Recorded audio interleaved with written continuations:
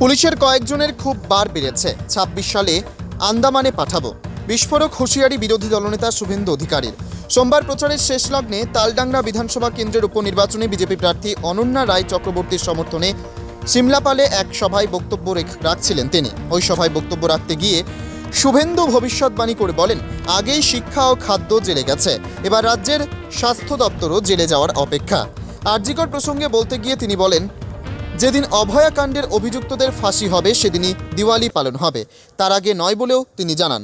সিমলাপাল পঞ্চায়েত সমিতির বিজেপির সদস্য সৌভিক পাত্র ও দলের কর্মী চিন্ময় সিংহ মহাপাত্রকে পুলিশ কেন গ্রেপ্তার করেছিল সেই নিয়েও প্রশ্ন তোলেন শুভেন্দু অধিকারী। এছাড়াও সিমলাপাল ব্লক এলাকায় তৃণমূলের শাসক দলকে কোনো উন্নয়ন হয়নি বলেও তিনি বলেন। কি ছিল টুইটে লেখা আছে, টুইট তো এখন না এক্স হ্যান্ডেল, চুরি করেছে লেখা আছে justice for Abhaya, cut money for Trinamool.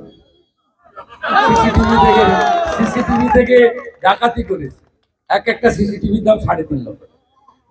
গতকাল ফিরাদ হাকিম বলেছেন এটা অনেক দূর যাবে, ওয়েবেলের সব মালগুলো ধরা পড়বে। গতকাল ফিরাদ হাকিম বলেছেন অনেকেই যোগাযোগ রাখছে, কিন্তু বিজেপির অনেকে ওর কথার উত্তর দেব না।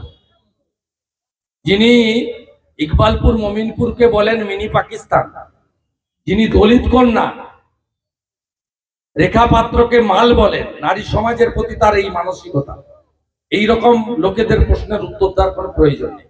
আর আমি তো ওর মালিককে হারিয়েছি, মমতা ব্যানার্জি। মালিককে বলবেন বলতে উত্তর দিয়ে দেবো।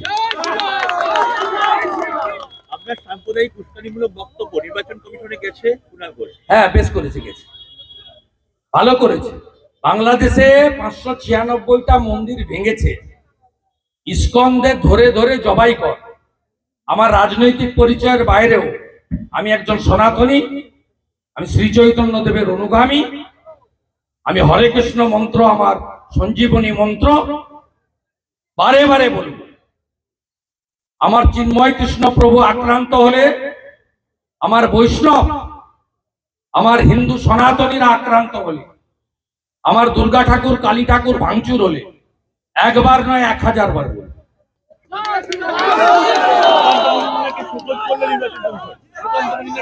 উনি উত্তর দিয়ে দিবেন, আমাকে বললেও আমি উত্তর দিয়ে দিব।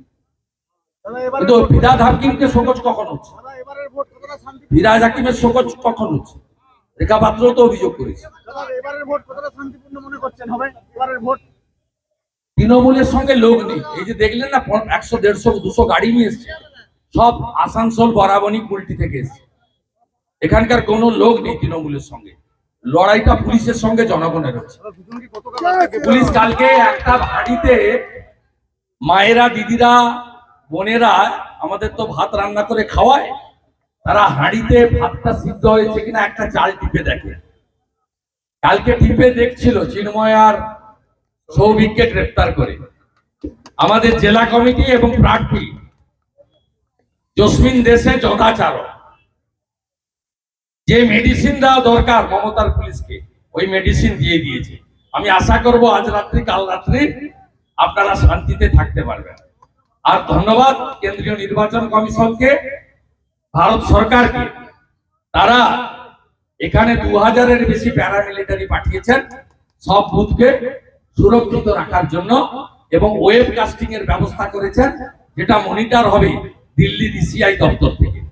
আমি জনগণকে বলবো, আগে ভোটদান করুন, পরে জলপান করুন। সকাল সকাল ভোট দিন, আরজি করে ঘটনার বদলা নিন।